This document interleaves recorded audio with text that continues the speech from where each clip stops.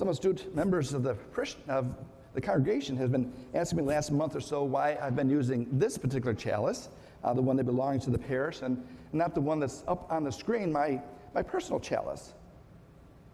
That chalice that's on the screen, my family gave it to me some 20 years ago when I was first ordained a priest.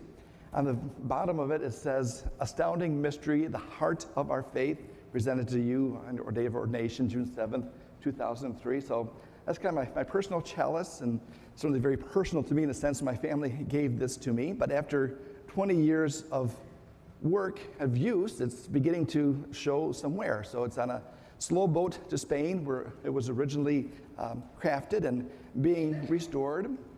And I don't mean this as a criticism by any means, because it certainly is not a criticism. I very much appreciate the work that the sacristans do of getting here early, opening up, getting things ready, staying after, cleaning things up, turning off the lights. They do a lot of work, and they're here for a lot longer than just 1 hour a week. But one of the things that sort of does damage to a chalice, especially on the inside, it has a very thin layer of gold plating, is wedding rings. When they are cleaning and just doing the normal things that have to be done to clean up and get things ready for Mass, sometimes those wedding rings, especially diamonds and things, can really sort of get into that gold and just leave a mark, sort of gouge into it. Again, it's not a criticism, it's just a part of life. When things are used and used as they are meant to be used, they do receive some wear and tear. Sometimes some dings and some marks. But really, it's all very good because the wear and tear on that chalice after 20 years simply means it was being used for what it was meant to be used for, the celebration of the Eucharist. Today we celebrate this great feast day of Corpus Christi, the most body and blood of our Lord Jesus Christ. The fact that he has given us this Eucharist to come here, to be able to celebrate together, to receive his real and abiding presence, to hear his word, and of course, pray with and for each other.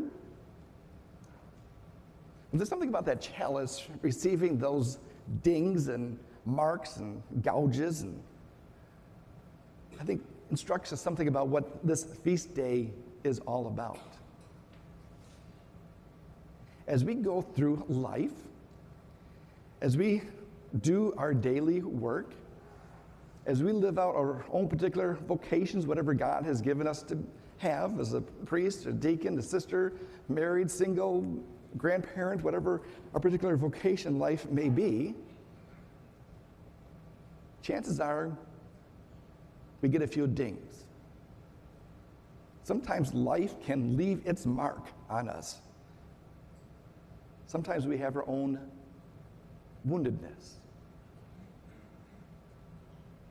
And that is why our Lord feeds us with his very body and blood, why he has given us the gift of this Eucharist. That sometimes we need to be renewed, refreshed, and restored.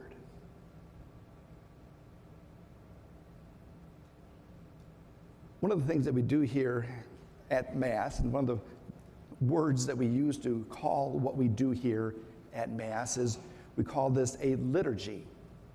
And the word liturgy, at its very root, is a Greek word, and at the very root of that word is really, it means to do a work.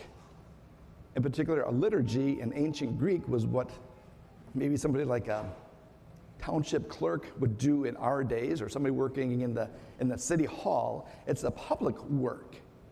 So at the very heart of the word liturgy is really the work of the people. So there is something about work as we come here to celebrate this Eucharist. And the work that we do is ultimately bringing our own lives here before God's altar. Bringing those burdens that sometimes we do carry, that our own woundedness, need for his mercy and grace and forgiveness, our own worries and cares. We carry these things here with us so we can lay them before our Lord's altar because we need his healing touch. We need his strength and forgiveness. We need to be renewed. So there is something of work here. We have to be active. We have to be paying attention to what we are doing. We have to have a certain intention to be here. And one of the best things that we can to prepare for this work is when we go through those doors out there to think about why we are here. What is the most important things going on in our lives? What's heavy on our hearts? And sometimes it can be something joyful and happy, birth of a child, work is going well, somebody had a good results on a test, or refreshing rain we are experiencing today. Sometimes we can come here with great thankfulness and happiness and joy in our hearts. And sometimes we might go through those doors with a lot of worry, concern, bad diagnosis, some other fractured relationship in our lives that we know that needs to be healed and brought together, missing somebody that we have lost. Sometimes our prayer is one of worry and sadness. But part of the work that we do in this liturgy is to bring them here together. That's why the very first prayer, the opening prayer, is called the collect.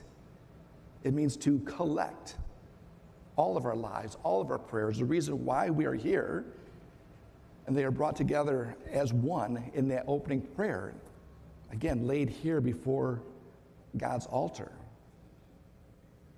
So as the gifts are brought forward, the gifts of bread and wine, these very simple elements of the earth,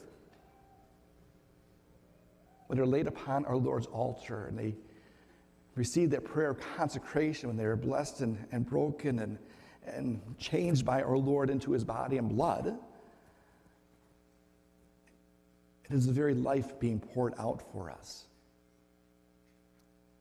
Part of his work for us in this Eucharist is ultimately what happened on the Good Friday when his side was pierced and blood and water flowed out. It was the giving of his very life and love, everything for us, and that great sacrifice that we experience in this living bread that promised to be with us always, and that recognition that we do need him always. We need to be refreshed and renewed. I talked about wedding rings at the beginning, and certainly was not meant to be any kind of criticism, because I know that's just part of life, and it's all very good. One of the things that I'm having done to my chalice, is the reason why it was sent back to the original factory, is that on the back side of it, I have my mom and dad's original wedding ring. So they're going to be attached to the sort of the back side of the chalice. So every time that I come here to celebrate that Eucharist and finally get this chalice back after who knows how many months, and I do miss it, I will have this very physical reminder of my families, my folks. The fact that when we come here to celebrate this Eucharist, it is us gathering as God's family to receive him in this very real and physical way.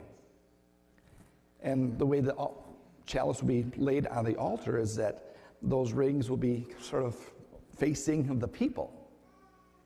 Again, we all have our own vocations in life. We all have our own work that God calls us to do. And it is good work. But we must remember why we are here today and why we come here Sunday after Sunday. Because we need it.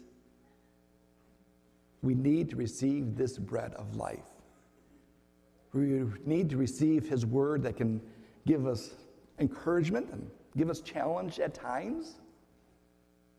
We need to come here as God's family, as God's people, to be around this altar.